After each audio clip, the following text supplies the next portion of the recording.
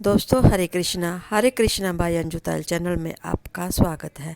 मैं आज आपको कार्तिक माह महात्म अध्ययन 13वां सुनाने जा रही हूँ। कार्तिक कथा को सुने सभी सहज मन लाए, 13वां अध्ययन पढ़ो श्री प्रभु शरण में आए। बोलो भगवान विष्णु की जय। दोनों ओर से गधाएं, बानों और सूलों आदि का भीषण पहाड़ हुआ। देवताओं के तीक्ष्ण पहाड़ों से व्याकुल देवता इधर उधर भागने लगे। तब देवताओं को इस प्रकार भयभीत हुआ देख गरुड़ पर चढ़े भगवान युद्ध में आगे बढ़े और उन्हें अपना सारंग नामक धनुष उठाकर बड़े जोर का टंकार किया।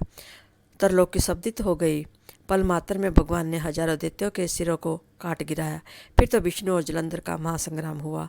बाणों से आकाश भर गया। लोग आश्चर्य करने लगे। भगवान विष्णु ने बाणों के वेग से उस दैत्यों की ध्वजा, छत्र और धनुष बाण काट डाले। इससे व्यथित हो अपनी गदा उठाकर गरुड़ के मस्तक पर दे मारी। साथ ही क्रोध में उस दैत्य ने विष्णु जी की छाती में भी एक तीक्ष्ण बाण मारा।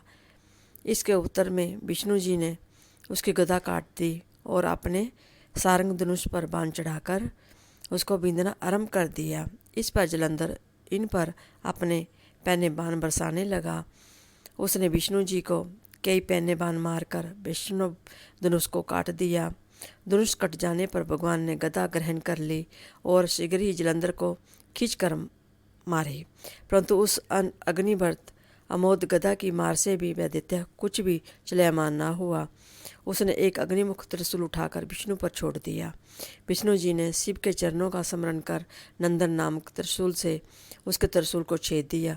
जलंधर ने झपटकर विष्णु जी की छाती पर एक जोर का मुष्टिक मारा। उसके उत्तर में भगवान विष्णु ने भी उसकी छाती पर एक मुष्टि का प्रहार किया। फिर दोनों घुटने टेक बाहुओं और मुष्टिकों से बाहु युद्ध करने लगे। इतनी ही देर तक भगवान उसके साथ युद्ध करते रहे। तब सर्वश्रेष्ठ मायावी भगवान उस दैत्यराज से मेघवाणी में बोले, हे रण दुमर्द दैत्यश्रेष्ठ, तू धन्य है जो इस महायुद्ध में इन बड़े बड़े आदियों से भी भयभीत न हुआ। तेरे इस युद्ध में मैं प्रसन्न हूँ, तू चाहे जो वर मांग ले। महावी विष्णु की ऐसी वाणी सुनकर जलंधर ने कहा, हे बाबुक, यदि आप मुझ पर प्रसन्न है तो ये वर दीजिए कि आप मेरी बहन तथा आप अपने सारे कुटुंबियों सहित मेरे घर पर निवास करें। नारद जी बोले, उसके ऐसे वचन सुनकर विष्णु जी को खेद तो हुआ, किंतु शिष्यन देवेश ने तथास्तु कह दिया। अब विष्णु जी सब देवताओं के साथ जलंधरपुर में जाकर निवास करने लगे। जलंधर अपनी बहन लक्ष्मी और देवताओं सहित विष्णु को वहां पाकर बहुत प्रसन्न हुआ।